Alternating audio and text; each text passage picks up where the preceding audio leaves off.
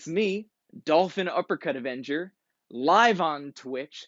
Thanks for coming. We've got another round of topics for you tonight with our special guest, Brandon from Needlejuice Records. Say hi, Brandon. Hi, how you doing, everybody? Hell yeah. So we are taking topics that we collected from throughout the week and from you guys in the stream chat and in Discord. Make sure you join the Aquatic Squad Discord if you want to join in.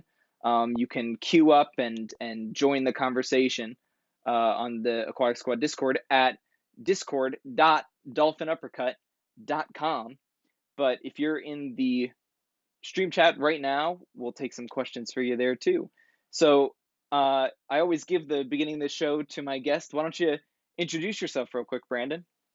Hi, I'm Brandon from Needlejuice Records. I do a lot of behind-the-scenes stuff. I mean, we all do a lot of behind-the-scenes stuff in the label, but we have been active since 2017.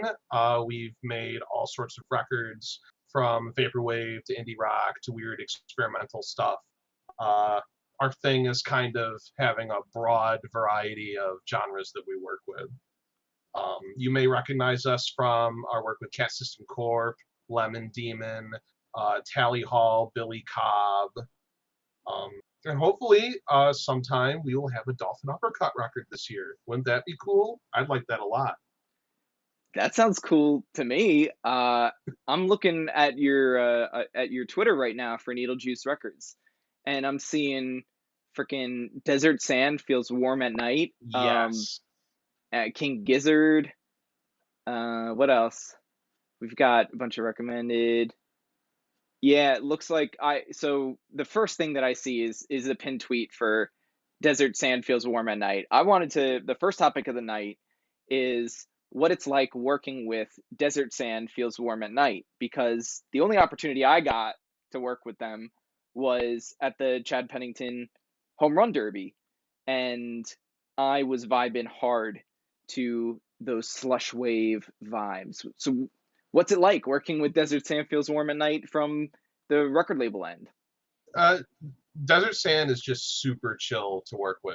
Like, you know, it's a lot of times with an artist, you kind of, it's like, oh, they're so, kind of wrapped up in their art. You're like a little like worried about, you know, approaching it from a business side. But like talking to Desert Sand is like talking to a normal dude a lot of the time. You know, we did Tomorrow 2096 with them, which wasn't a project that I personally handled. That was Jace, who was kind of like the head honcho of Needlejuice, working in collaboration with Azura Revolver. But I was like, you know what? We really liked doing Tomorrow 2096. Let's get another Desert Sand record. So I asked him about doing something brand new, and he was like, yeah, sure, let's do it. And like the whole process of doing that album was just super normal. I guess that's the best way to put it. It was super normal. Like I was like, hey, you want to do a video? I know this animator that I think would do a really good job. And he was like, yeah, sure. And I passed the video back and forth a few times during production. He was like, wow, yeah, that's really cool. I love it. And it was just like there was no drama. There was no. I mean, not that our work with artists is dramatic in any way. We really haven't had any terrible stories. All of our artists are great to work with, but Desert Sand is just like so approachable. I got to talk to him for the first time, like this, voice to voice, last weekend, when he did the Slushwave Festival with Vapor Memory and Global Pattern, and it was just like, we were just, talking, and he was like, "Oh, that reminds me of a funny video," and he sent me a funny video just because like I said some phrase which reminded him of like this funny news clip that had gone viral, and it's just like it was nice. That working with Desert Sand is very nice. Oh, well, that's excellent. Yeah. What our next topic is what would you approximate is Desert Sand's favorite sandwich? What would I guess? Oh Yeah. man. I can't just say like a slush witch, because slush wave. Do you But think they would put on a slushy from like 7-Eleven? Do you I think mean, they'd like put that obviously on he as would like a get a condiment? slushy, yeah. I mean, I imagine he would get a slushy to like drink with it, but I feel like he's not the kind of Ah. guy who would put slush on a sandwich. Um, Hmm. I actually don't know like what he likes to eat. This is tough. Well, what I usually get is I like to get like a spicy Italian sandwich, so I'm gonna guess that. Ooh, you're Put some speaking my spicy mustard language. on it. Yeah. Yeah. That's what it is. That's what it is. This incredible Italian deli market in South Hackensack in New Jersey, and Ooh. um, my grandfather Dolphin, he used to run an auto garage and he was like a cornerstone of that community, his auto garage, and he would frequently um, take his lunch at this sandwich shop. Hmm. And one day I went and I helped him like do some maintenance on the property. He leases it out now. He's retired. But when we were done doing our work for the day, he was like, "All right, let's go get some sandwiches." And I was like, "Yeah, yeah, sandwiches, whatever." And I was like, "Holy shit. This spicy Italian sandwich is quite possibly the greatest sandwich I've ever eaten in my life." And very, Where is very it? unfortunately, it's in South Hackensack. I don't know the name of it, but I was gonna I think say. it's Carmelo's might be the name of it.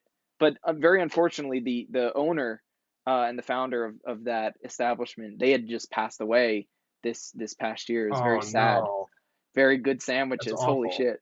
Yeah. But I mean, they still make the sandwiches, so you know, if if you and I The are tradition lives on. yeah, if you and I are ever together and in that area, I'll freaking take you to get some sandwich, and I would love maybe that. I mean, we can invite Desert Sand too. oh, that'd be great. It would be awesome to get him over here to like do like a big festival or something. I've never Oh been to yeah, New Jersey. I would love to like. I've been to like the New York City area a few times, but I'd love to go down to New Jersey and hang out, and get some sandwiches. have you never visited New Jersey? I've never been to New Jersey itself. Wow. What do I'm you? like I'm like from Western New York, so I'm like 7 hours away from the city itself. Oh, so like you're probably a little bit more experienced when it comes to like Ohio and Pennsylvania than you are Uh, with I've New been to Jersey. I've been to Pennsylvania a few times. I don't think I've ever been to Ohio. Oh, really? Huh. Yeah, I've been to Vermont once or twice. I've been to New Hampshire. I've been to Florida, and Hmm. I've like driven through some of the states in between there. Oh, I've been to Massachusetts.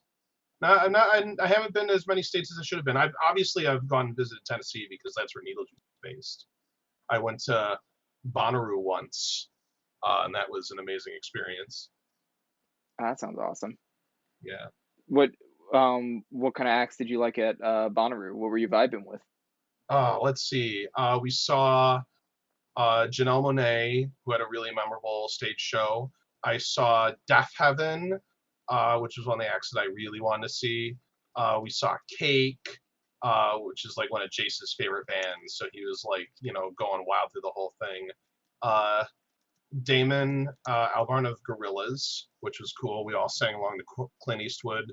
I saw Kanye and he yelled at the audience a bunch Oh because he man. had like, well, there was like a whole controversy around Kanye at this Bonnaroo because he was supposed to play Bonnaroo previously, but he kind of like skipped out at the last moment. So, uh, everyone was kind of mad at him, and this was supposed to be his chance to like redeem himself, but instead he just trolled everybody. Still a great show though.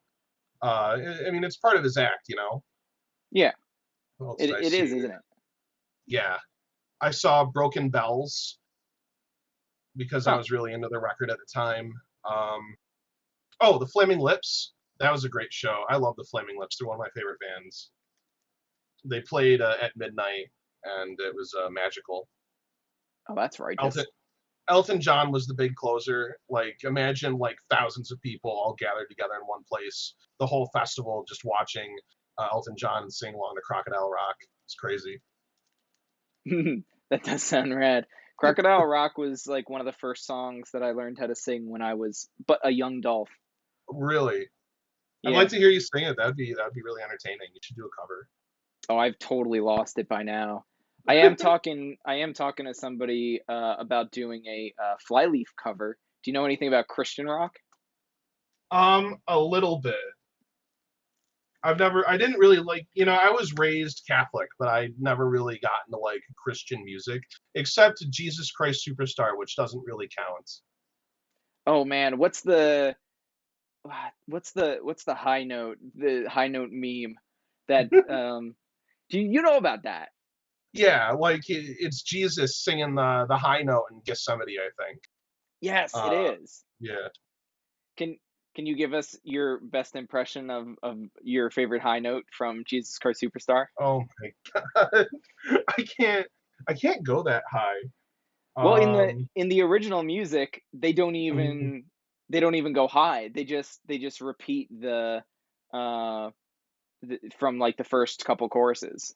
you know, there's a bit where Jesus is yelling at Judas to leave the Last Supper, and he's like, "Get out!" Yeah, Sorry if that hurt your ears. I loved it. Like that guy can really hit those notes. Yeah, like really good. Hey, I'm gonna try. Should I try? Should I try to do the high Do note? it, do it, do All it. right. This I is did it. You have to do it this is my professional rendition of the high note from Jesus Christ Superstar. Just somebody. All right, here we go.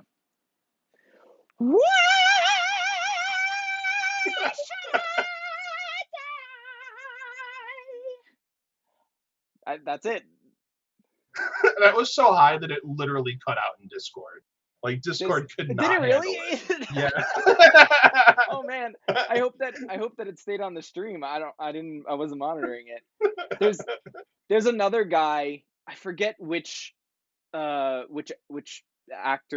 singer did this, but in one version of it, his vibrato is so intense that it actually takes it up and down like multiple semitones. Oh So my gosh. he starts off with the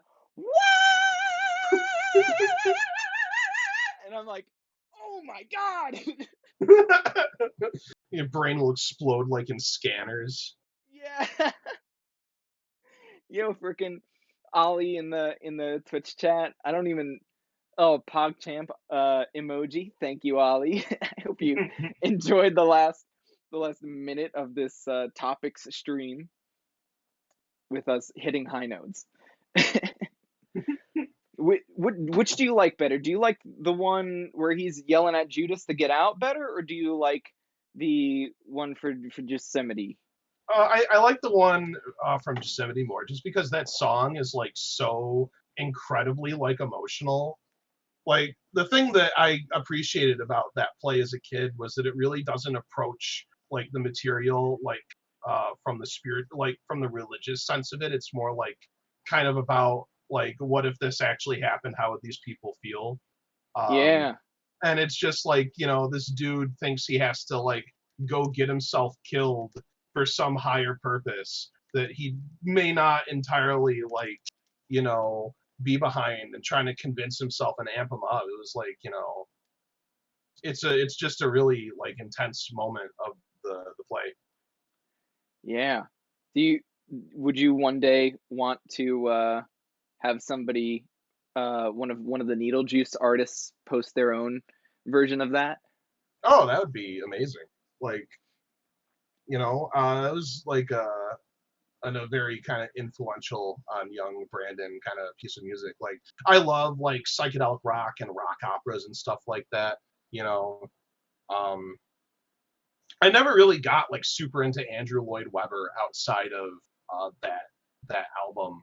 It wasn't like I was vibing to Cats afterwards, but I think it would be really cool. Um, to do like some kind of Needlejuicy production of it. Hell yeah. Oh, that'd be crazy. It's actually my major goal in life to create and perform a EDM opera, basically. Really, Yeah. Um, that's I've really been interesting. I tried to put one together as my thesis project in college, but oh, I just figured out who did the craziest why. It was a black box theater performance with Arlino Alirio Nito. And y'all can just look up the Y compilation on YouTube I've got on the screen now. Just type in Y with like a bunch of Y's on like the letter Y on the end in YouTube. Oh, and Billy Porter did the one with the vibrato that like went up multiple semitones. So everybody check out this compilation I got up there. But anyway, I was I was waiting for the video to get to that part. Um, the yeah, the EDM opera. So I want to like pull from like all of the most impactful moments in electronic music history Yeah, to create the soundtrack of this opera. And I want it to be performed using like the tropes of like an EDM festival, but with like an actual, opera like performance. that sounds like So an incredible like idea for an album. That sounds yeah, amazing. man, thanks. Like And there's no, so many like interesting like things about that. Like the whole kind of like historical like look through the history of the genre, the dramatic staging of it. Like that is crazy awesome. I'm glad you like my idea. I hope that I can actually uh, pull it off one day. I couldn't get enough support for like the project when I was in college. So I tried to pull it off myself, but I ended up just like filming like a short film with it instead. Um, with all the pressure of like all of my other classes and everything, it became too overwhelming. So I wasn't able to pull it off then. Mhm. But I've got all of these great skill sets and resources that I've developed. I could probably pull it off myself now. Now that I have like Yeah. my own projector Hmm. and all these CRTs, and I connected with a really great multimedia artist and lighting designer, Spirit Bomb, who's been on the show twice before, and I think now could be the time to pull it off. After I'm done with my recording my album, the next album, I would like to start chipping away at that so that it's like a constantly moving project and that it's not just like, oh, one day I'll do it. Hmm. I should And that, probably it sounds actually like start some, chipping away at it now. you should. The the album that I'm writing, the story of it is about a it's like a character study of a Uh-huh. family from the Jersey Shore. So I just wanted to write something about something that I was very familiar with, which is like family drama and the Uh-huh. Jersey Shore. A lot of it's inspired by like Bruce Springsteen. So I wanted to kind of like get that one off my chest before I moved on to like more interesting um like stories, more like stories that would resonate wider and not so Hmm. specific.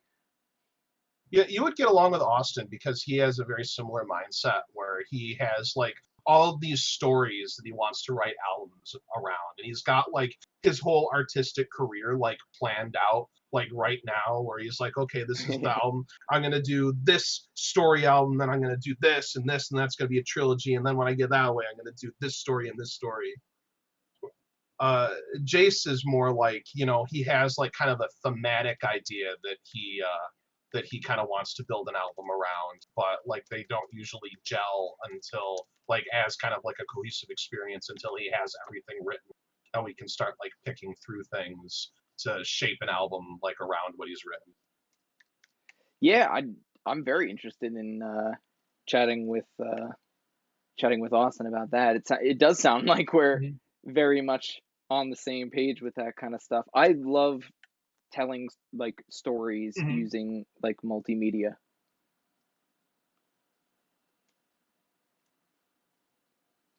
I Are you mean, still there? yeah, I'm still there. Uh, yeah, you have a really like good sense of how to like do multimedia stuff.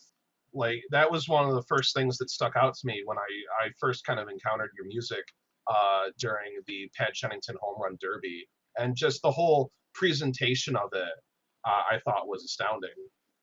Oh, thank you. I appreciate that. Let me pull it up on the screen right now so people know what you're talking about. Yeah. We are a multimedia podcast anyway. Yes. Dolphin Uppercut Home Run. And it should come up right up. Yep, there it is. I can just mute it and leave it playing. Um, I'm gonna take a break to while this video clip plays out. I'm gonna take a break to read you the Twitch chat because everybody's saying hi to you. Brady Argo Oh, says hi, hi. Brandon. Hi, Uh, Brady. Pokeballers Prime says hi, Brandon. Uh, Hi, Poke. COD official says Brandon should just pay the mods to do a shitty production of Jesus Christ Superstar inside the Needle Record voice chat. I'm assuming on I Discord. I would pay you so much money to do that,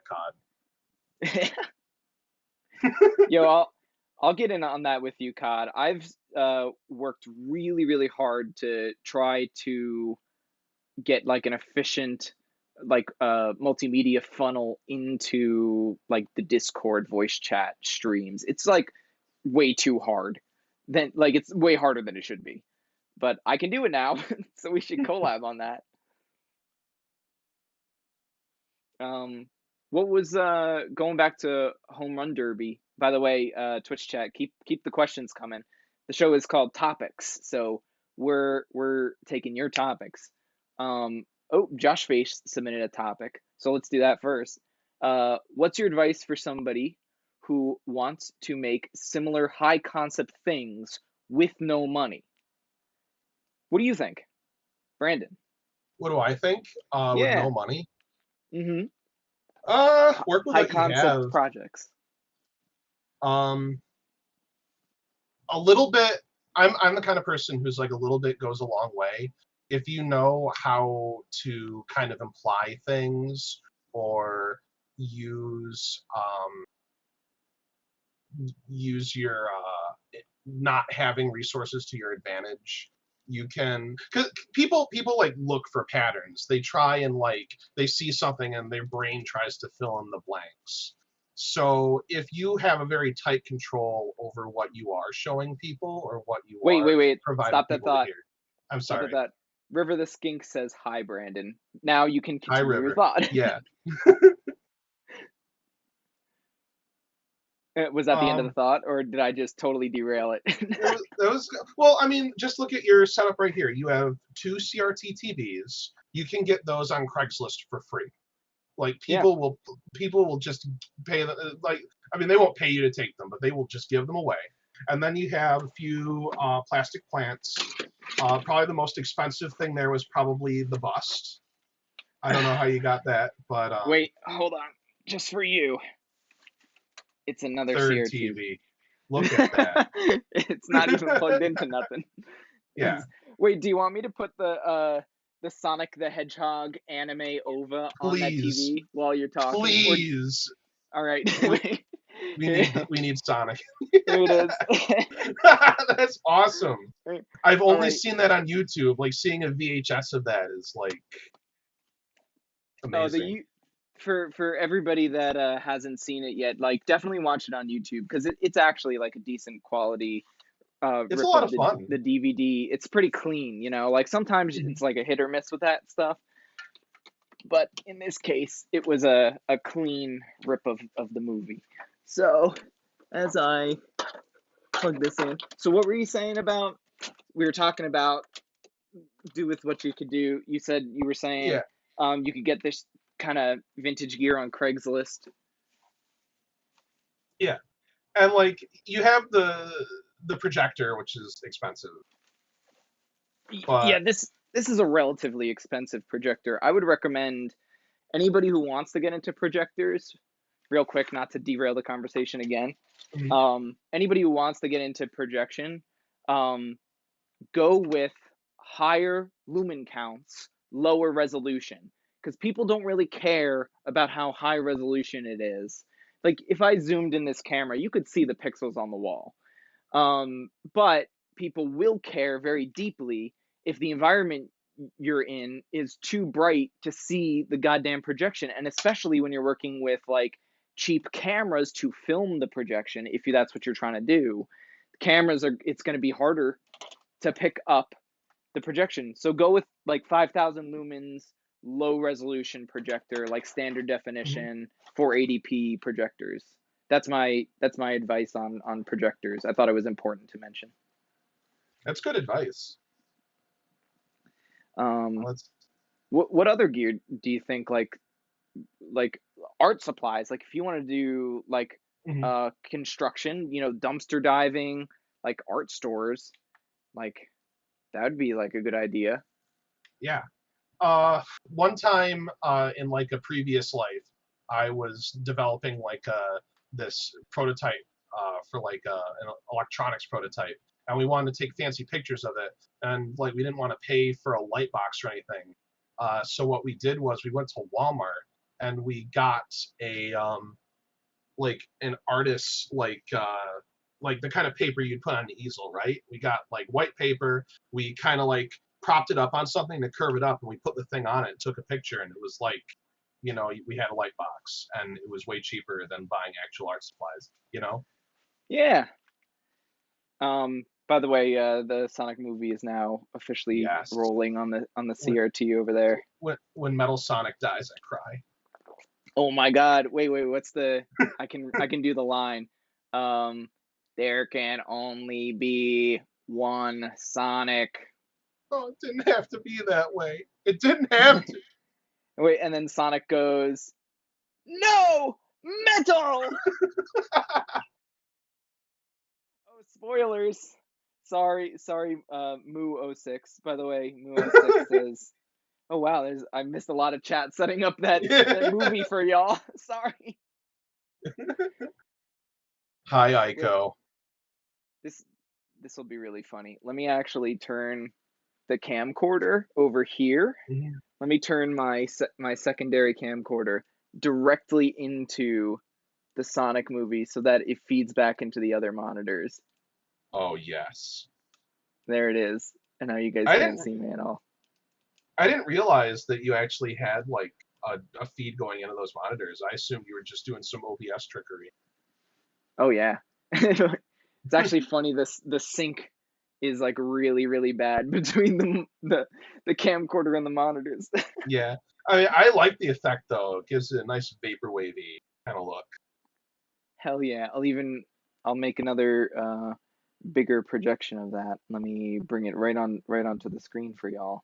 Blackmagic device, windowed projector.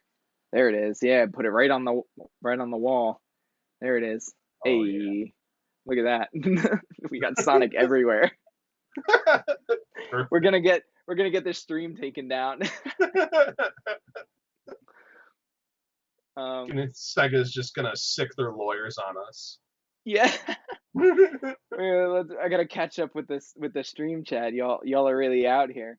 This is yo, this is live. I thought this was a VR room or something. Yeah, no, this is this is a welcome to the aquarium, y'all. We out here. Um, what else? Uh, Hi Brandon, it's Julia. Jason Hi, and I are listening from the office. It's JB77. hey Julia, hey Jace. I hope I'm not embarrassing y'all too bad.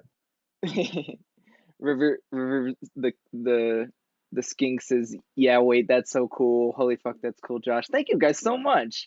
That's awesome. Hiya, guys. Worm. Everybody's saying worm. Heyo from Super Sargonoctics. Thanks for the projector advice from Josh. Thanks for the projector advice. I got low resolution projector, and I was worried it was no good. Oh yeah, you good, Josh. Sorry for the spoilers, Moo. Oh, hey Jorb, I love. Yeah. Cod says I love being able to just see Brendan's profile picture there. It's great. Oh yeah, let me make it.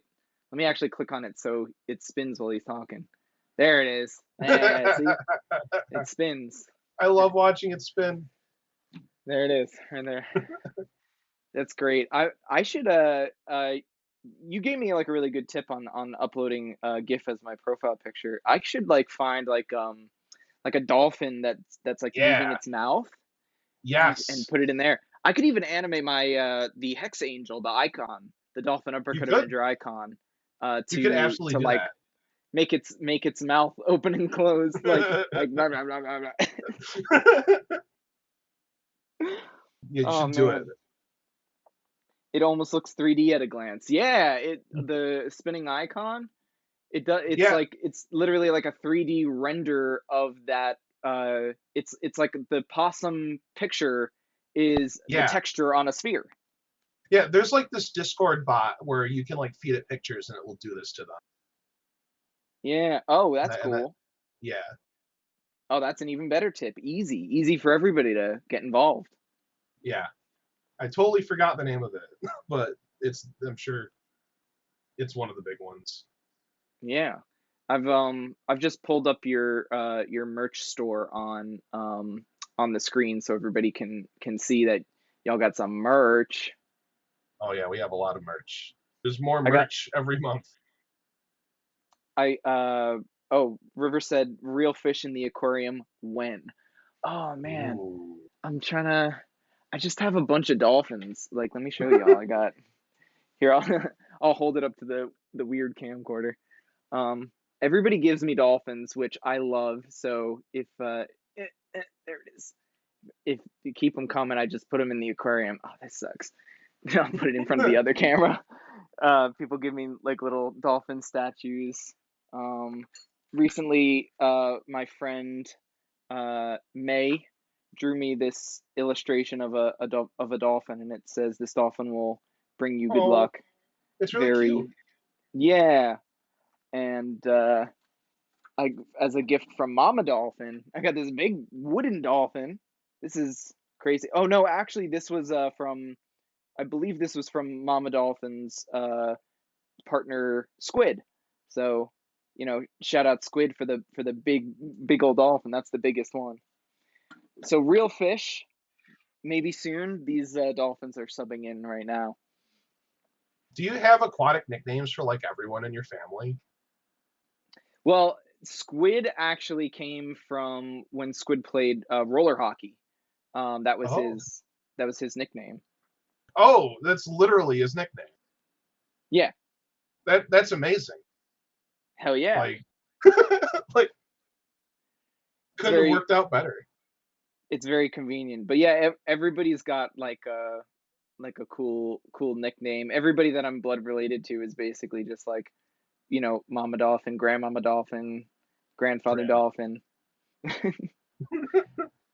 Um, so yeah, real fish in the aquarium. Gonna have to take care of that. Um, Needlejuice is awesome. Says just that's ESM bot says Moo06 Needle Swag.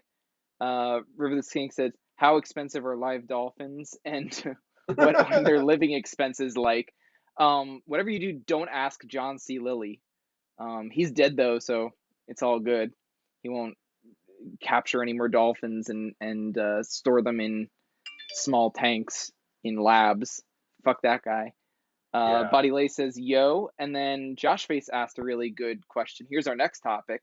How important has physical media become to you in recent times? This is a great question. Uh,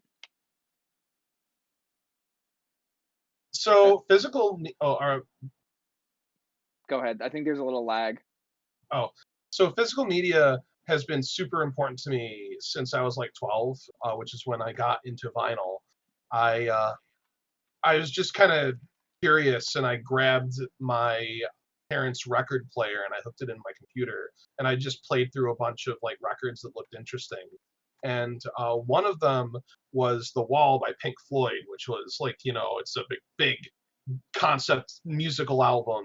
And I was just kind of like astounded at like just the whole experience of that, because the album isn't just good, but the whole like packaging of it like plays into the story of the album. And you can like read through the lyrics on these giant sheets and like look at the artwork that like has like all the characters and stuff on it. Just I was so like bewitched by just the presentation of vinyl that I just like fell head over heels with the format.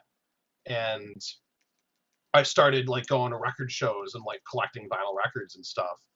And once I went to college and I could, I finished college and I could start like really purchasing like electronics for myself. I got a tape deck and I started collecting tapes. I got back into CDs. Jace has always been super into CDs, but for the longest time I was like, nah, bro, records. But there used to be this website called what.cd that was like the library of Alexandria of like pirated music. Like it wasn't Whoa. just that they had every album, they had every release of every album. And the idea was that you would rip the CD like as a bit perfect like FLAC with a Q file that could be used to completely reconstitute that particular CD, like as if you had the original like disc. So Are I would start like are you looking for CD. Yeah. are you aware of what happened to what.cd? Because I tried to look it up and it's you've stumbled Oh, it's upon a gone. door where your mind is the key. This is a mirage. It doesn't exist anymore, unfortunately. I I miss it a guess that's lot. why it's there. Why it Yeah. says that. It's definitely a cool landing page still, but like the loss of that website was like demoralizing for the internet. Like that was the hub for like getting nice high quality rips of music. There are a lot of things on there that you just can't find like anymore. Yeah. That's pretty tragic. I've hunted for CDs that I wish were more accessible on Hmm. the internet because Yeah. honestly, like I probably spent a little too much effort on that. But like I have a collection of like sample CDs from the 90s Uh-huh. um to kind of capture some of those vibes from that era and some of the samples that were very popular. Just kind of like now you all the Hmm. popular samples are just like samples from like YouTube videos and like anime and stuff. Um, but yeah, I've got like the my favorite one is the and I actually got the physical copy. Thank God, it was awesome. Um, Fat Boy Slim, aka Norman Cook, put out a sample CD with lots of illegal samples, and Whoa. it's called "Skip to My Loops," and it's awesome, especially because so many of those samples are on Sega soundtracks. Really? Oh yeah, like you know, "Understand the Concept of Love" from Jet Set Radio is on that sample CD. Um, a bunch of like the vocal samples from like Sega Genesis Sonic songs, like the random like vocal one shots like um if you listen to Sonic 3 in like one of the first songs when you play Sonic 3, there's like Knuckles shows up and it's like, Mhm. "Oh, come on." That's in Skip to My Loops. It's awesome. So wait, it's literally just like a sample collection that like for anyone to use in their music production. Yeah, like it's got break beats, it's got, drum machine samples, it's got like one shots. The folder of vocal one shots is absolutely incredible. Um, it's got like break beats that are already chopped up and organized by folder for the BPM. So like you get your hands on the sample CD and it's like here's a folder of beats in 110 BPM and 120 BPM and like all of the BPMs in between from like like 60 and up. That's so cool. So how did he did he just like give these out to friends, or like how No, did he put he this out? sold it. It It was like a manufactured sample CD that What? Fatboy Slim was selling. That's so cool.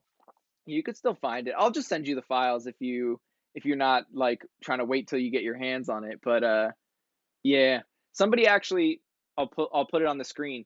Somebody on their YouTube channel did this absolutely incredible deep dive into the locations and the origins of all Mhm. of the Sega samples. That sounds fascinating. I love stuff like that. Like there was a video the other day about like where all the textures in Mario 64 came from. Yeah.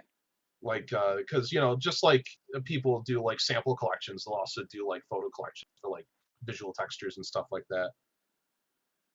Oh hell yeah. That's I have like something like that Mhm. that I cherish. It's not it's hard to use it because the resources are really corny, but Oh yeah. it's a real thing. Um, what the what the hell were we talking about? Let's look at the Well, Twitch chat. yeah. Oh, we were talking about the importance of physical things, physical media. How important Hmm. physical media has become for you. Um, which obviously to both of us it's relatively important.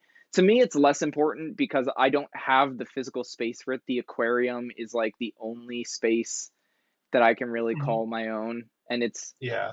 aside from the grand projection wall here, it's actually very limited space. So I can't do a whole lot of collecting. I would like to point out very quickly my very controversial Macintosh Plus Ooh. vinyl. Um, I was very fortunate that I was in one of the first shipments of this before it was controversial. I got this like right away, right as soon as You they were were lucky. shipping them out. I was super lucky. I think I might have been one of the first purchases in that case Wow. because like after like immediately after I got mine, the controversy started. So I was like, oh Hmm. shit, like I got mine really fast. I was happy with it. Yeah, I had to actually buy a second time from him, and they shipped both of them in the same order. But it was really weird. Oh damn. Did you get it? I do. I have both of them. Like actually, one of them is still in the shipping box. I never opened What? it, but they're Oh both shit.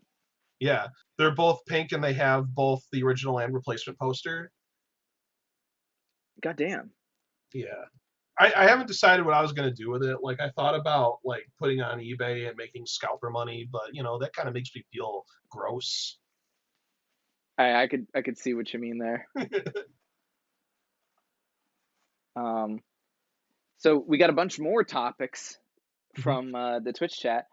Um, one from Josh Face, one from Cod. Uh, I'll just list them and then you could pick which one you want to do first. Josh asks, "What was the first album you personally bought and spent money on?" I could tell a story about that one. And Cod asked, "I have a question. How do you think having the Discord server has changed the way that you, Brandon, do Needlejuice, if at all?" Ooh, I'll answer Josh's question first, and the answer is I can't remember what like the very first album that I bought was. Um, I know the first digital album I bought was "Obscured by Clouds" by Pink Floyd off of iTunes. Good album, by the way. Nice. The first vinyl that I bought of a new album that had just come out was "The Else" by They Might Be Giants. Oh, But as far as like what album that I picked up first, I don't remember that. I have a vivid memory and a really good story about my first album. Yeah, I want to hear it. Also, I'm really glad on AirPods because I got to refill my water and hydrate without losing the conversation. Hydrate or dihydrate, y'all, It's so you don't important. get drydrate. You'll turn into a Uh, raisin and then like be all shriveled up. hell yeah. So the very first album, I'll pull it up. The very first album that I ever bought, I had gotten some birthday money, and this was when I had started to really develop like a taste in like alternative rock as a young Dolph.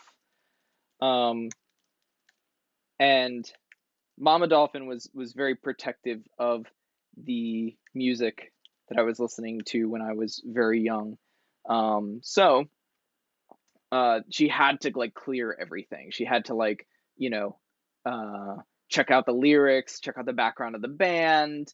Didn't want me influenced at such a young age by anything that she didn't know how to explain or didn't know how to teach me about.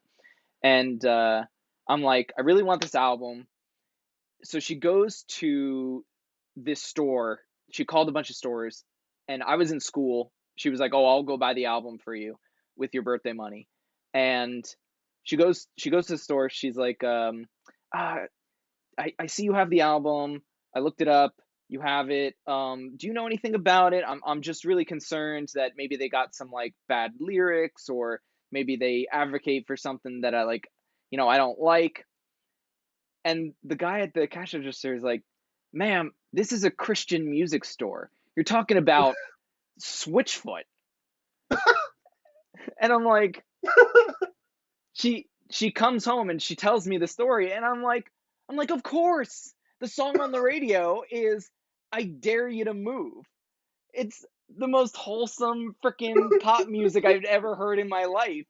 And that was a big selling point for me, actually, as middle school Dolphin, because I was disinterested in like songs about like love and sex and partying, and Switchfoot was talking about like philosophy and Mhm. Jesus. So I was like, "Oh, that's interesting. Like, I'll listen to that." And the song's really catchy, "I dare you to move. We were meant to live for so much more." That shit is still my favorite album of all time, and the first album I ever bought. I can just like imagine like your mother in the Christian music store, like after the revelation of where she is, just like looking around and seeing all the obvious like clues. Yeah, that's exactly it. But it actually worked out in my favor, because this album became like one of my family's favorite album. So it Uh-huh. was like it was my favorite. It was everybody else's favorite for like a long time. More Than Fine, which is track 3, is one of Mama Dolphin's favorite songs. So that comes on a lot, and I love it. Um, it really interesting like 2000s, like early 2000s Hmm. alternative production on here. Like you can listen to this album and get a feel for like the era of production. Sounds a lot like some of Matchbox 20, but with a little bit more of the 2000 production flair, which was like coming off of Uh-huh. like 90s electronic and trying to incorporate it into like a rock soundscape. And this album, I think, did that better than, or did that deeper, not Hmm. necessarily better, did it deeper than a lot of the other similar acts of its time. So even though I feel very emotionally attached to it, there's a lot of value in it for current listening. Yeah. Like Switchfoot, like I know they were a Christian rock band, but they had a lot of crossover appeal. Like there were a lot of people who just liked them like as a band. And I think it's like you say, because they were really like paying attention to making sure that they had a really just solid foundation, from a production songwriting um, point of view. Oh yeah, I'm with you Yeah. there. My, So that's my album story. I never really had like an album that like everyone in the family was like super into, that I liked, that everyone else liked. My dad and I tend to get along musically because he likes, he's super into like the Grateful Dead and other like psychedelic bands and stuff. But sometimes like he gets into like the really folky kind of stuff that I'm not as much into. And my mom was like a real culture warrior in the 90s and 2000s, so it was like, I would want to buy like the Flaming Lips compilation CD, Finally the Punk Rockers Are Taking Acid, and she's like, you can't buy that. It has Yeah. acid in the title. But then like, I'd be like, talking to her about something, and she was like, oh yeah, that's like my Talk Talk CD. And it's like, you have it wasn't like the Talk Talk pop stuff, it was Spirit of Eden, which is like the first set of tracks on that are basically like a 20-minute long like ambient like early post rock kind of song. And I'm like, you listened to like the good Talk Talk stuff? But she liked Kate Bush a lot too. I think I get my like of Dream Pop from her. Ah, I see. I could see how that would carry over like that.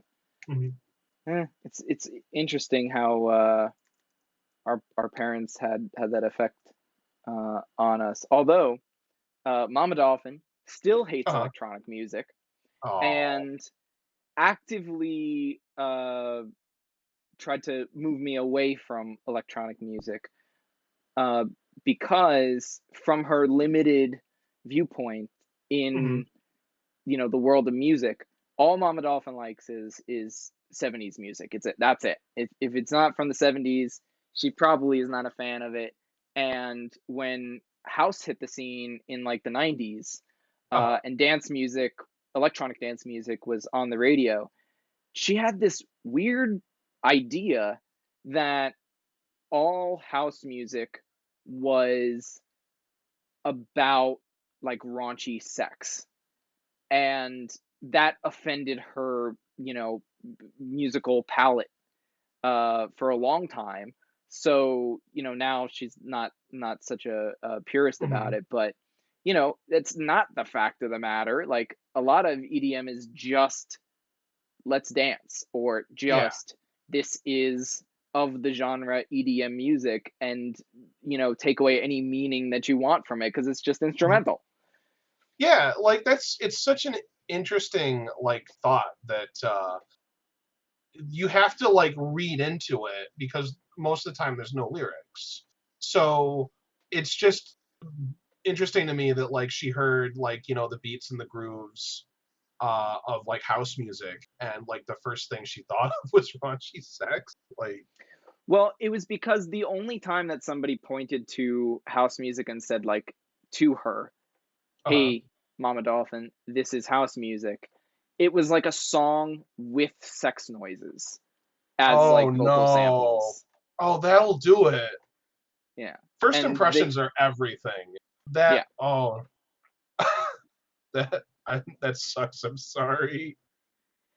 but it was weird Mhm. because she also didn't Uh-huh. know what was and wasn't house music. So when like Uh-huh. I was listening to a lot of stuff on the radio and vibing with it, in the Hmm. car, in my car seat, vibing with these songs, and like I would enjoy it. She would feel indifferent about it and then tell me that house music was something that I should avoid at all cost. And if I heard it, like, I didn't know what sex was as a Uh-huh. baby. So when I was like, what's house music? She's like, the most disgusting kind of music there is. If you hear house music, turn it off. Oh, I don't know what it sounds like, but I'll take your word for it, whatever. Hmm. So Isn't a lot of 70s dance music like directly about sex too? yeah, that was just the thing. There's a lot of what's the word for it? D- uh, Raunchiness? met like metaphors for sex in Yeah. 70s pop songs, and like ones that she would sing. So just like there was just that dissonance in her mind Yeah. that was never confronted until I got access to the internet and Wikipedia, and I could look up Hmm. info on all these genres. And then I could be like, wait a minute, none of this is that cut and dry. I mean, at Anyway, least at least it was kind of informed by an actual like bad experience she had listening to house music. I mean, oh my yeah. mom would base all of her opinions on like Glenn Beck and Rush. Not, no, she never listened to Rush, but there was like a Dr. Laura Lessinger that was super big in the 90s Oh that she would listen to all the time. It was like the same crap, you know, yeah, yeah. it's a lot to deal Um, with. oh well. We got a lot more questions, a lot more Yeah, topics from that we could take. We'll go like another 20 yeah. minutes. We don't want to be on Twitch all night. Hmm. But I mean, to I'm close that down. topic I don't off, have anything better to do. to close that topic off, I'm just really glad that Children by Robert Miles was on the Mhm. radio, and One More Time by Daft Punk, because that whet my palate for electronic music, which became my career. So there you Mhm. go. Um, so thank you, Josh, for that question. Um, I'm gonna just read off all the questions again so that we know what we're approaching. Cod said, "I have no, that was Cod's question." What Josh Todd asked says, about Discord. Oh, uh, uh, Josh says, "What is your mission statement?" And River the Stink said, "Opinions on Dark Side of the Moon." So we'll do mission statement. What's your mission statement? bring awesome music to the internet on Mm, awesome physical media. hell yeah! I'm on the Needlejuice Bandcamp right now, looking at your library. Look at this shit. Friday Night Funkin'. Oh Nice. yeah, yeah, Wait, we're is so excited to be involved with that. that's crazy. Yo, I was at an anime convention on Saturday and I was spinning these tunes. Oh, the soundtrack is so good. Hell yeah. Yeah, this is what I was spinning. I did like a big beat remix of Bopibo to Was there is open there like a my recording of set. that? Oh jeez. And I didn't record it. I would have to like find somebody who was filming the intro of my set. It was a crazy convention and we were very busy. I should have recorded it. You know what? I could just send it to you. It's in an I, Ableton project. I'd love to hear it. I mean, you should definitely put it out just because like everyone loves the Friday Night Funkin' soundtrack, and you get a remix out, people will hear it. Hell yeah. Yeah, that's a good idea. I have like a lot of really quick like 60-second like remixes that I Mhm. intend to like use to like flourish live sets and social media posts. And I'm like, man, I should be publishing this shit because especially if people could like use them on their TikToks and their Instagram Yeah, reels. like 60 seconds is like the perfect amount of time for like yeah, as you said, TikTok and Instagram Reels. Hmm. Anyway, going back to so your mission statement, did you have a clear cut one or was it just to publish awesome music and Uh, enable artists to create and that kind of stuff? Well, we always knew that like we wanted to be like the internet music label. Uh, not in the sense of like an internet music label, but like internet music, you know? Yeah. Like one of the first things that we did was Neil Cicierega, Lemon Demon Spirit Phone. You know, and that Oh, dude, no like way. everything, yeah. That was like our Yo, claim to fame for the longest time is that we did that record. yeah, Neil is a big inspiration for me. Big time. Oh God, he's awesome. He's such a nice He guy too. I actually had like an idea. So I'm building a keytar. We've talked about it briefly. Uh-huh. Um, he actually modded a microKORG synthesizer with kind of a similar idea to what I'm gonna do for my like actual the actual version of the crystal keytar that's gonna go to market. Uh-huh. Um, and there's not a lot of attention for it, and I don't know how much he used it because I can't find a lot of videos of it. But it's basically like just take the neck of the keytar. Here, I got a keytar to show people. This one's broken. You just take the neck of the keytar here, and you see it's just got a little tiny touch strip. So my idea was like, oh well, that's kind of weak. It's just a little touch strip. What if Mhm. it was like an entire guitar neck of touch strip, so you could really like lean into the pitch expression? So that's the concept that I'm rolling with. But like, he did it first. He modded a microKORG. I've got my microKORG right here. He just like literally took this and he just attached a touch like a keytar neck here with like a really long Mhm. touch strip. So that guy, he's crazy, and he's He's got a lot of good awesome. ideas. I Um, don't understand how anyone can be as like incredibly creative across so many mediums as he can. Like, where does he find the time of the day? oh man, it's you know what I found? It's that when you're able to like actually like publish art like that, just the Hmm. act of like creating to come up with a concept, lay it down, and publish it quickly Hmm. is something that you need to practice to be able to be that prolific as Neil Cicierega.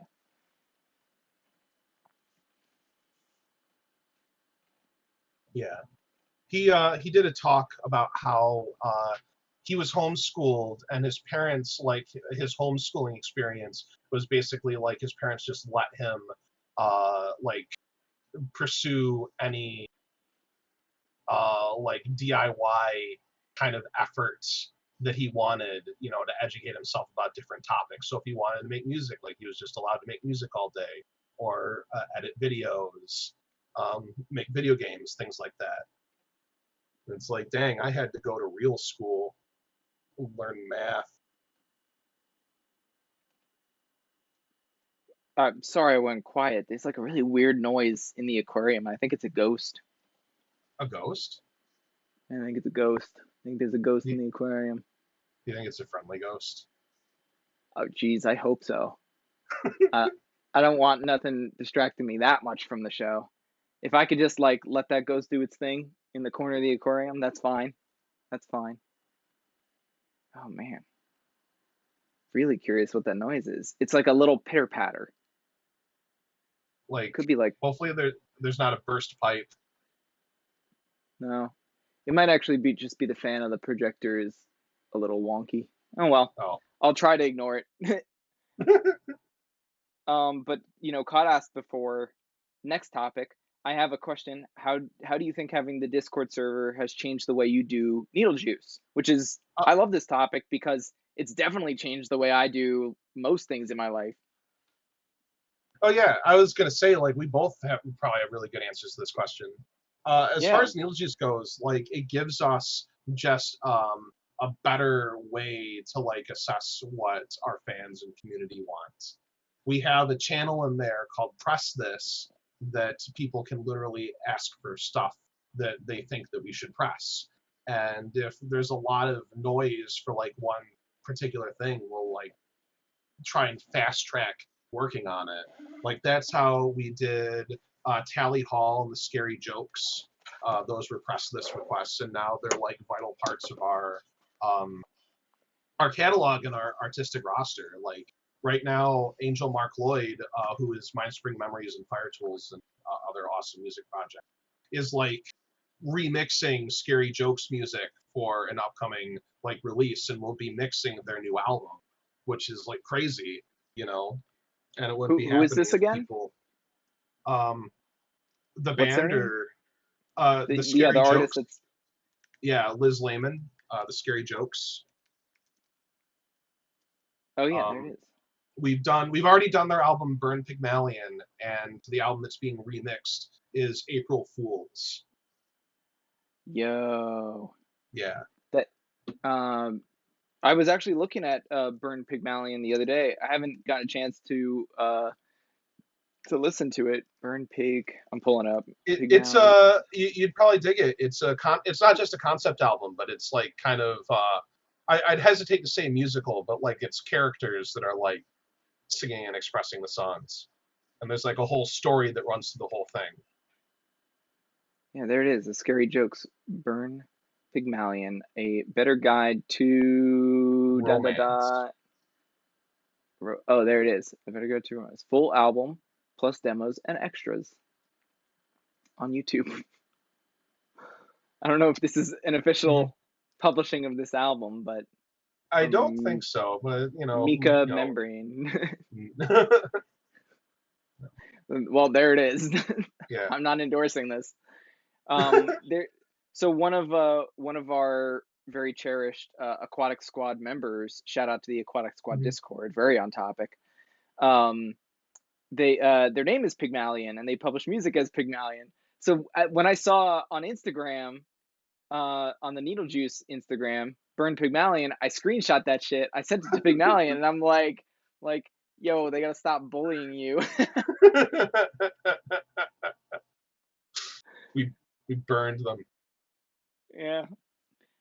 So shout out to Pygmalion. Listen to Pygmalion on Spotify. They got a really great like kind of like trap wave Ooh. album on Spotify called Mach 1. Pygmalion Mach 1. Mhm.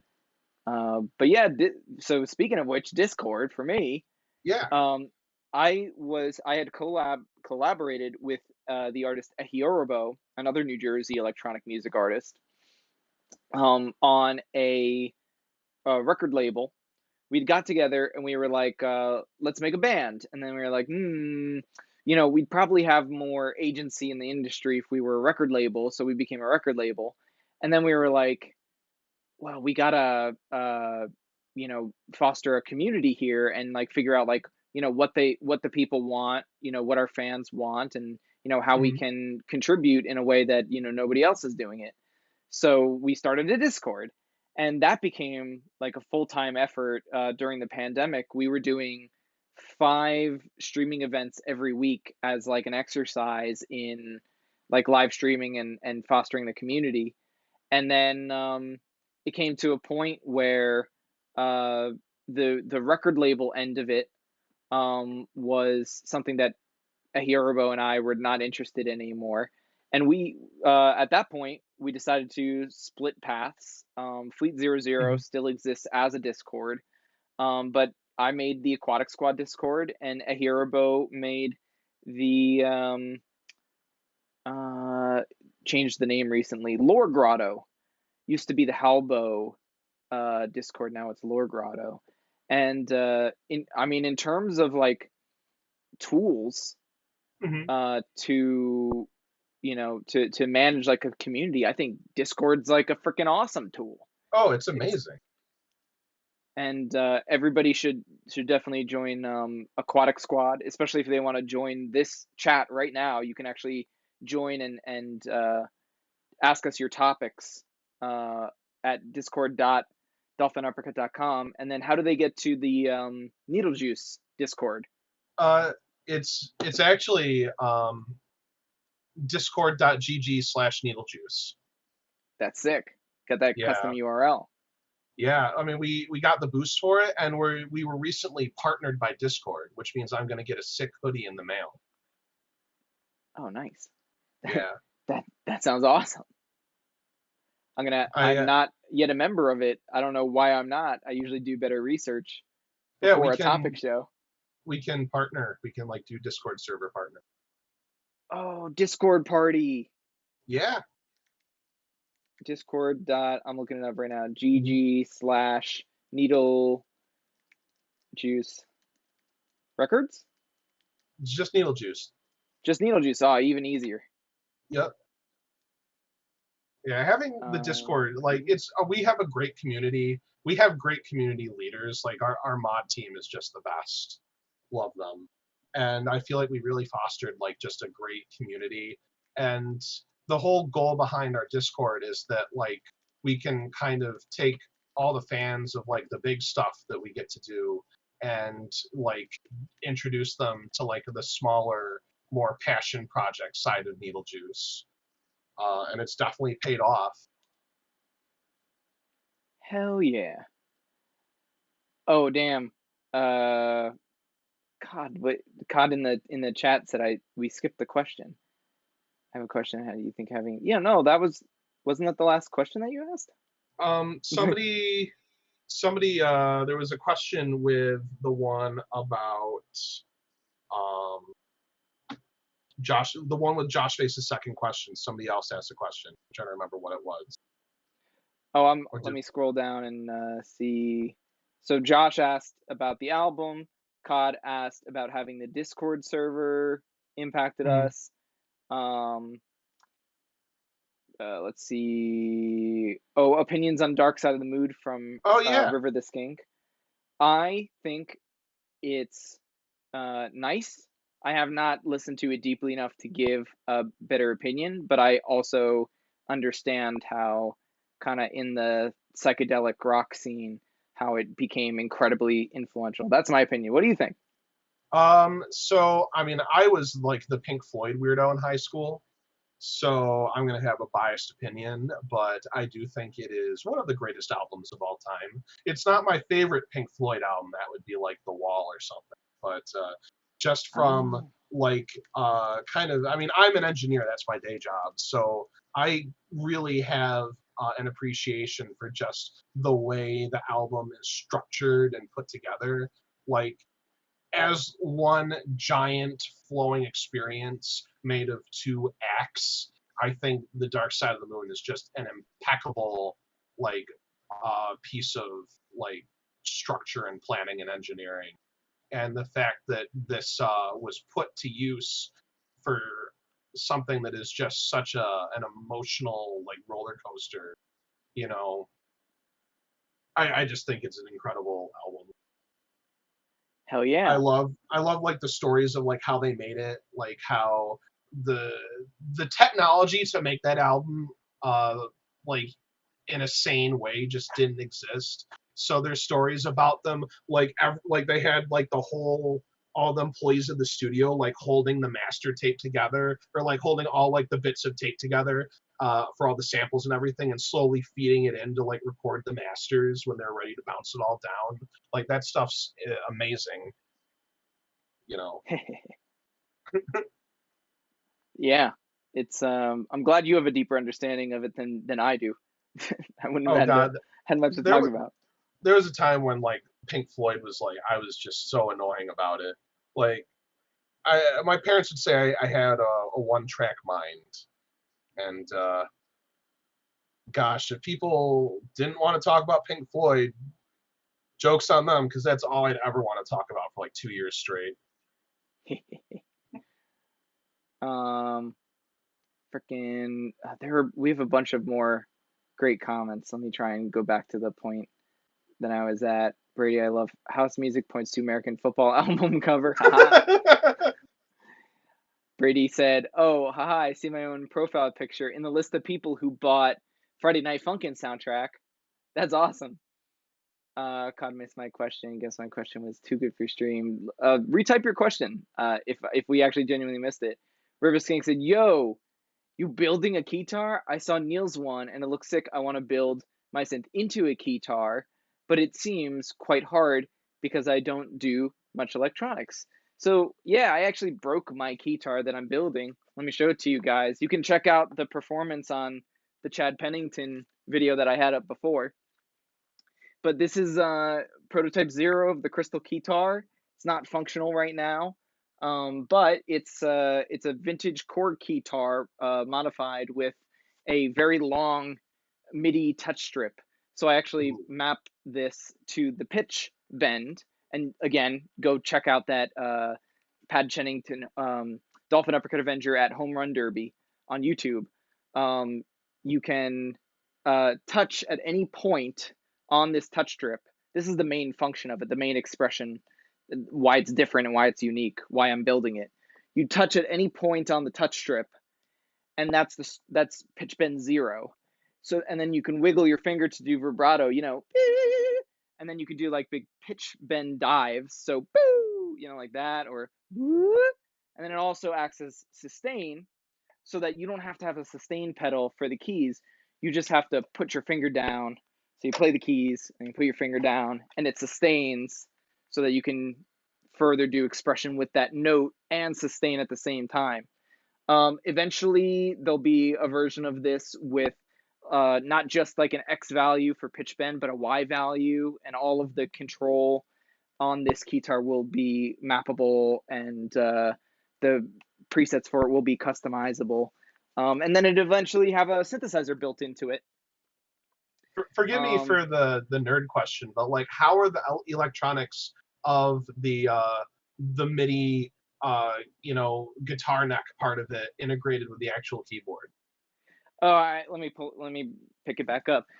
Glad you asked. It's actually just right now, this prototype, it's just Uh-huh. 2 cables that I just tied together. These are Nice. 2 MIDI cables. So that's how I send the 2 controllers to the computer. But, Mhm. we're probably going to be building this out on Arduino first, because I have an Arduino. And I also have the axolotl platform. I have that board, the axolotl board. So I'll try to build a version of the keytar for that Uh-huh. as an experiment. But yeah, it'll have like just a USB MIDI cable. then we'll add jacks to it. Eventually, we would like to, for the crystal guitar, to have um, a wireless dongle, which would be great. Possibly even like um, a Ethernet jack, so that you Whoa. can actually, if you have like an Ethernet network that goes to your synthesizer, your computer, then you'd be able to have like the control messages from the Mhm. synthesizer, or from the crystal guitar, travel through like any possible routing that you need to. I want this to be the crystal guitar. I want it to be something that artists and technicians both cherish. That they're like, wow, this is like such a quality instrument, and it makes it so easy both to just pick up and play. I also wanted to have a speaker built into it so that you can just pick it up and play. But then also, when you take it to a gig, it's going to work with any system, small or large. Whether you're at a bar or at a festival, I want people to be able to use it very Mhm. easily. I just want to say Even that like Go just ahead. hearing all this nerd stuff about like the networking aspects and like the different computer systems you're using, I'm smiling like an idiot from ear to ear. Oh, good. You're I'm speaking my glad. language. Yeah, I got really into like IP stuff. Uh, Not because I ever worked in like IT or nothing, but because some of the video technology that I use for this camera that y'all are looking through right now, hello y'all, um, is actually uh, going through um, my network. I'm using the NDI protocol to I'm converting the HDMI from this this DSLR camera, converting it to NDI over just a standard like Ethernet jack, and then that's going through my network into my computer for just less cables. mhm. It just goes through the switch, less cables, Less stuff to trip and on. the adapter uses power over Ethernet, so that's awesome too. I would love the crystal keytar to be able to both send control messages, audio, and Uh-huh. video over one cable. So even like like I'm talking video, like Uh-huh. visualizer for your keytar performance Like having it actually like over. generate like a cool like visualizer, like just based on that. Yes, that's what I'm talking about. So That's like so cool. there's you guys have seen like Guitar Hero, you guys have seen like kind of like piano roll covers on YouTube and stuff, where like Mhm. you see on Synthesia is like one of those programs Oh that you can yeah, actually, I've seen you that. could feed it MIDI, and then it has a visualizer of like the notes on the piano roll. Well, I want people to see that the crystal guitar um is actual like musicianship is happening in Mhm. real time with with creative expression also in real time. So I want to program my own visualizer that will be built into the crystal guitar so that you can plug it into a projector, a television, a monitor, and show your streaming audience, your TikTok audience, your live audience. You can show them like, I'm playing an instrument right now. This is not a prop. This is an Mhm. actual instrument with, and it to give it a visualizer like that would be Uh-huh. also to integrate more closely the cross modal synthesis between, you know somebody, poking around on this weird bizarre instrument into the actual sound that you're hearing coming out of the speakers. That's I so want cool.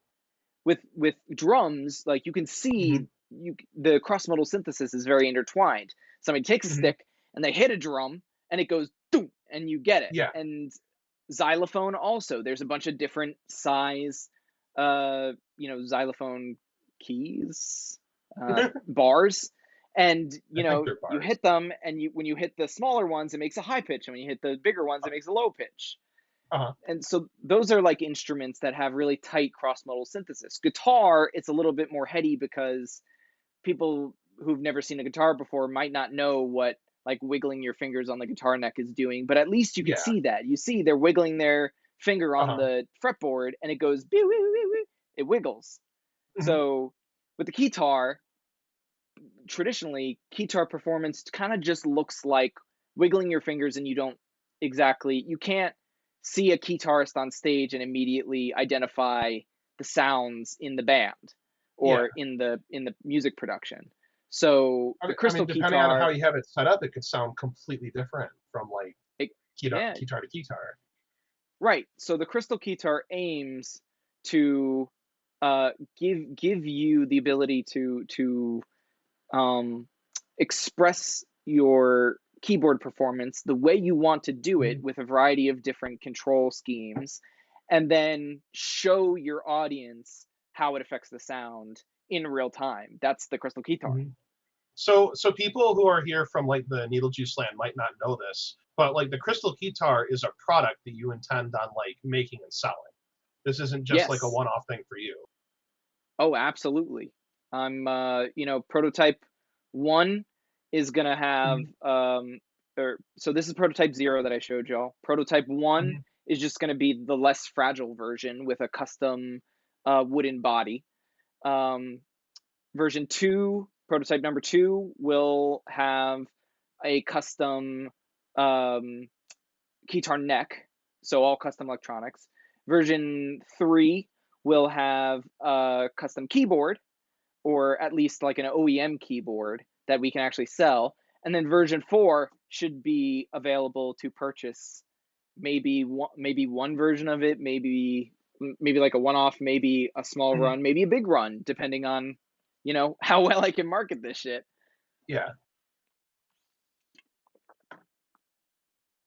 I mean, I feel like the internet is ready for like a premium guitar like brand from someone with a cool story, you know. Like, cause if you say like, oh, you want to buy a guitar, I can't think of like who makes guitars. I can tell you who makes guitars and keyboards, but like that, I guess you can buy them from Roland and Yamaha, but they don't. Roland, Yamaha, and Korg, I believe, is coming out with a new one, which is just like their old one, just Mhm. like just with a number two on the end of it. Yeah, but I don't think any of them have built-in visualizers. That's awesome. No, the closest thing to that would be Critter and Guitari. Have like a synthesizer with a visualizer. There's some other small operations that have synthesizers Mhm. with visualizers built in. Hello, y'all. I'm back. Um, the Sonic movie ended, so I moved the Oh, camera. Whoa, what is that sound? Oh, it's another ghost. No, it's just the VHS tape needs to get oh, rewound. It almost broke remember my having tape. to Jeez. rewind tapes? Yeah, I'm doing it right now. God damn. But I need to get a tape deck because Villain just put out some VHS tapes, and I actually have like a few tapes from the Vaporwave magazine that just closed, whose name is just like escaping my mind right now. But mm, it's like, how am I gonna play tapes if I don't have a tape deck? Private Suite magazine, missed them. They were cool. ah, yeah, rest in peace, Private Suite. Yeah, I was bummed I never even got a hold of them, but I loved their operation. I loved what they were Yeah, doing. Anyway, let me start going back to the stream chat so we yeah. can start wrapping up the show. River the Skink, thank you for that question about keytars. Hit me up anytime about keytars. I'll talk your ear off about that and give you lots of advice. I figured out what the ghost was, Josh Face. It was my guitar bag was actually slowly leaning over, and it was just making a squeaking sound against the wall. By How the do you way, know the it wasn't a ghost artichokes. moving it? Probably. If it wasn't gravity, it was a ghost. Hujaba, I agree. Love the mod team. Cod Official, yeah, those guys are awesome. Rivers of Kink. That one green snake mod is kind of annoying. Always 1984ing the place. Cod, about that question that I still don't think I answered. Um, Josh Face. What's next? What's next for Needlejuice? We are repressing Sunday Television. That's going up tonight. In a week or so, we are going to be doing pre-orders for both albums by the Orion Experience. Cool. And then July, we're going to be doing Hai Shen, who are a really cool, like, post rock prog metal band. Whoa. Yeah, we got a bunch of other cool stuff coming up this year. There's like a big PVC shortage that's making vinyl turnaround times like 3 to 4 times as long as they used to be. So like we're trying to plan everything out like months and months and months in advance so that people don't have to wait too long after pre-ordering their records. I see. Oh man, my that old Yeah. VHS player is really making a lot of noise rewinding. Oh yeah, Or it's a me too. ghost. You remember how they used to like do like standalone VHS rewinders? Oh yeah. Yeah, like Blockbuster. You go into Blockbuster, you see it Yeah. behind the counter. Um okay, so I'm excited now. I hope you are, Josh Face too. I'm excited for what's next. The worm is the shit. They call me Doc Worm. um there's a kink. The only mods I care about are the ones with homestuck PFPs. Fucking sick. Keytards are weird. I love them. Holy fuss, MIDI controlling video live. That's incredible. Next show that I do, Josh, I'll try and get that in there so I can show you what I mean. I can run Keytar visuals right now, but they're running off of a Mac computer. They're not running off of the Keytar. How do you plan on manufacturing it? The first run, probably assembling it all myself, unless I can connect with some, people overseas, some manufacturing companies overseas. Um, Super cool. Love looking at keytars. Holy hell, I want to buy one. I will make sure that you're on the list to get one, a crystal keytar first, Josh. Pog, Cod, your question was answered at some point. Yeah, you answered a while ago. Sorry for the confusion about this lol. That's the whole Twitch chat so far. um, Goddamn. I thank you guys so much for coming out. I'm having so much fun. We're Yeah. like put me on the list too. I will put you on the list. River the skink. Stink. I've been calling you River the Stink this whole time, except for the tongue. Anyway, goddamn. Oh man, I just wanna. We should definitely have some more chats in the future because this is Yes. one of the more fun chats that I've had. You could even, if you want, I just did this recently. So I mentioned Spirit Bomb, my lighting designer friend, Uh-huh. also makes really good wave music. Uh, Spirit Bomb requested that we do a topics where we bring on a guest that he wanted to bring on, and then we Hmm. both interview them. And we brought on my buddy Theorister because Spirit Bomb and Theorister had this mutual respect for each other, and they never talked. So we brought him on. So hey, if you Brandon, if you want to bring on anybody else on topics, like Whoa, that'd be you know, really we'll cool. we'll bring on another guest. I mean, we're on Discord. I see Yeah. y'all who joined the Aquatic Squad Discord. Shout out Brady, Bebop Alley, Crimson Kale, Wundo, Felix Fake, ITV. Thank you, and this user that I can't read Japanese symbols. I'm just gonna. Oh, that would be 23. Oh yeah, 23. Look at that. I'm gonna respond to that with a little Sonic the Hedgehog in the Discord. Thank you guys so much for joining the Aquatic Squad. After this stream, I'm going to jump into the Needlejuice Discord and poke around and say hi to y'all too. But yeah, like I Please was do. saying, oh hi River. um, like I said, Brandon, if you have any ideas on other people or topics for topics, you know, bring them on. Bring them on. Yeah. That sounds like a great idea. That sounds like so much fun. I'd love to do it.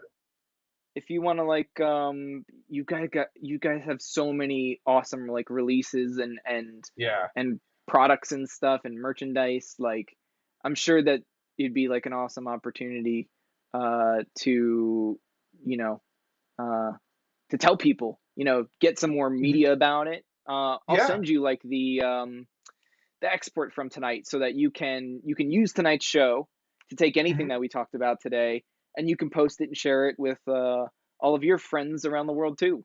Oh, thank you. Yeah, no problem.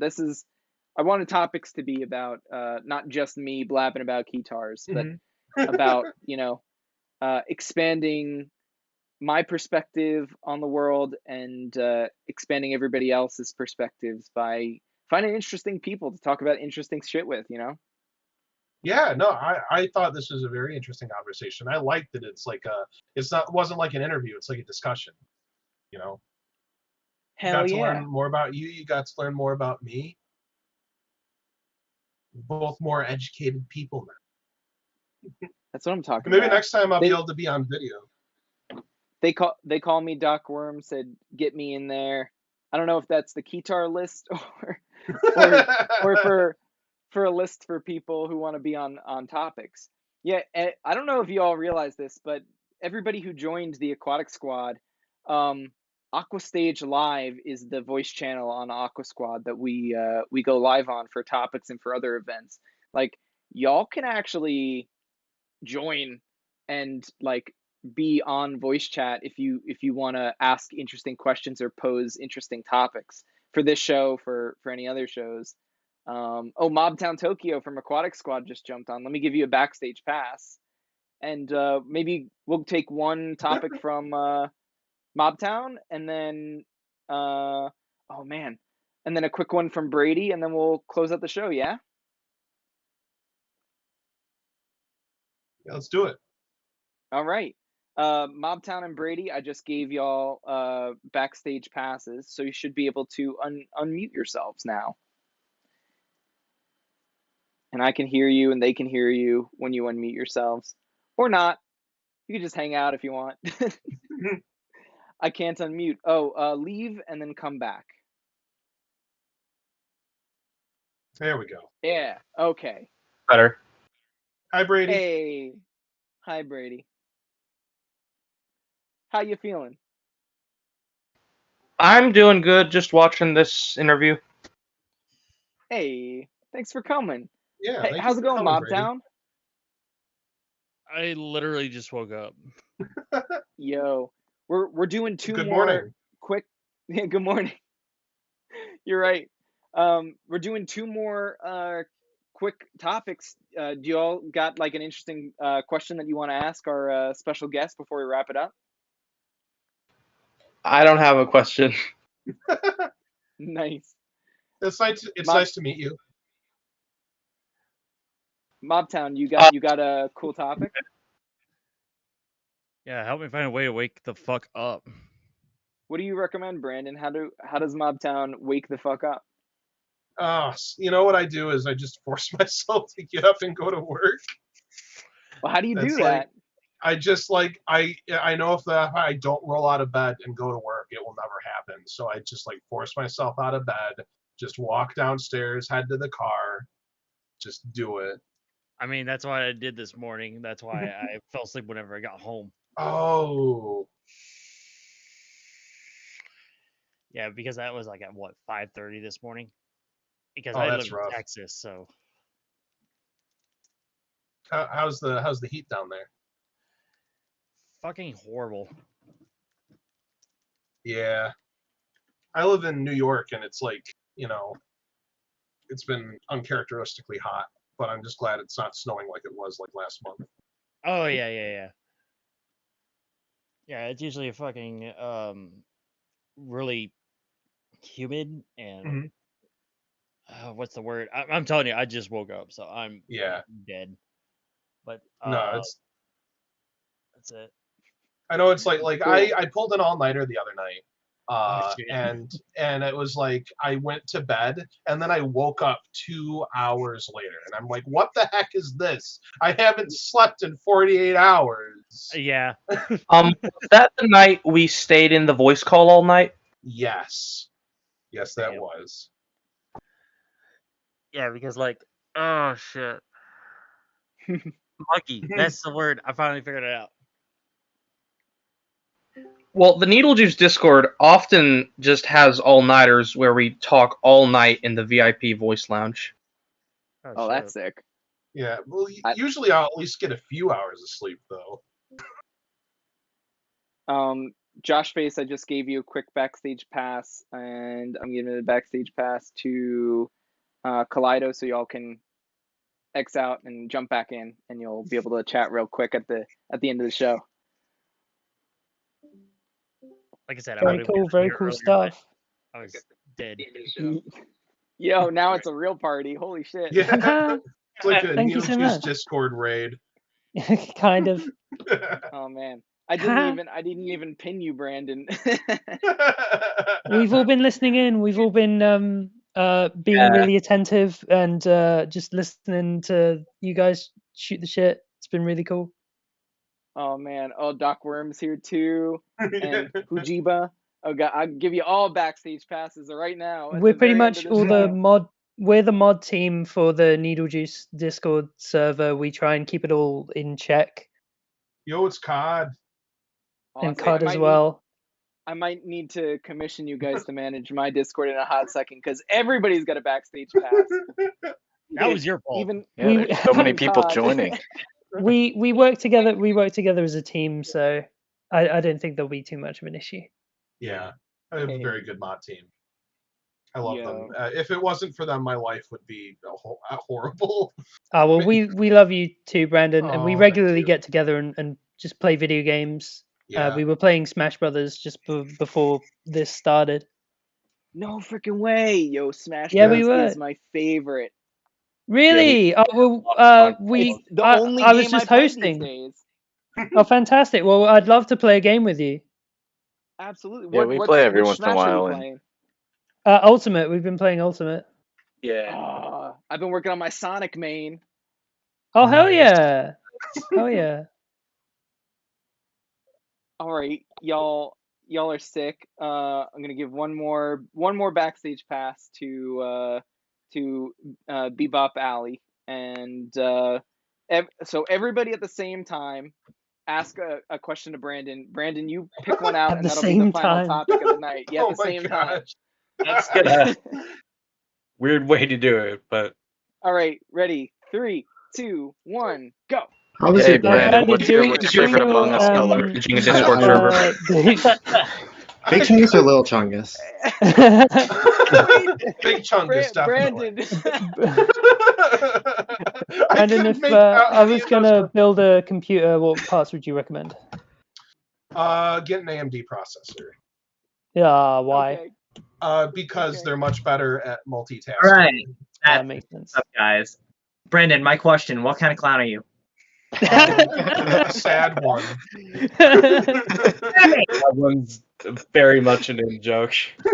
Yeah. Oh man. All right, let's all give Brandon the stage. We've been on for over an hour and a half. It's been a wonderful night. Let's do this again, Brandon. We've got a lot of cool people here. I love doing this so much. For 30 minutes. Hell yeah. All right, so final topic is for you. Whatever you want to say, it's all you for the end of the show. Thank you guys so much for coming out. Before I give it to Brandon, my name is Dolphin Uppercut Avenger, your local guitar engineer. Thank you guys so much. Welcome to the Aquatic Squad for new members, and thank you, Brandon, for looping me in with the Needlejuice Record community and giving it up to Brandon. Thank you guys for coming to topics. Go ahead. I've got one final one, if you allow. What? Yeah. Say if someone else wanted to start their own project, or like is thinking about like following a dream similar to you guys, what advice would you give to someone who's like just starting their creative journey in that It's way? all you, Brandon. That's a tough one. That's one that I kind of think about a lot. Like, what advice should I give somebody who's just starting out? Well, here's a better one. Like, what advice would you give young Brandon who was just starting Needlejuice? Well, so like 2017 Brandon. Younger Brandon.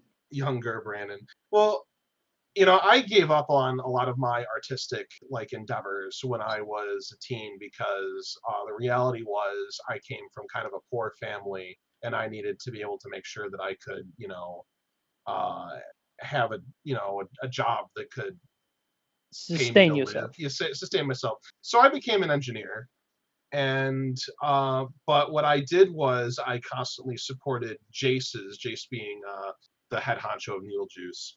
I supported his artistic endeavors. And so when it came time that Needlejuice was starting to come together, like I was able to, finally kind of take a more active role in like the direction of his career by providing, all the support that I've been doing in Needlejuice. I did all the early accounting. I mean, now we have like a tax firm that helps us do that, but like I made like this crazy spreadsheet. I started working out like the logistics of doing things, and I had found a way to make a lot of my experiences usable to turn Needlejuice into something that was more than just a vehicle to make Spirit Phone.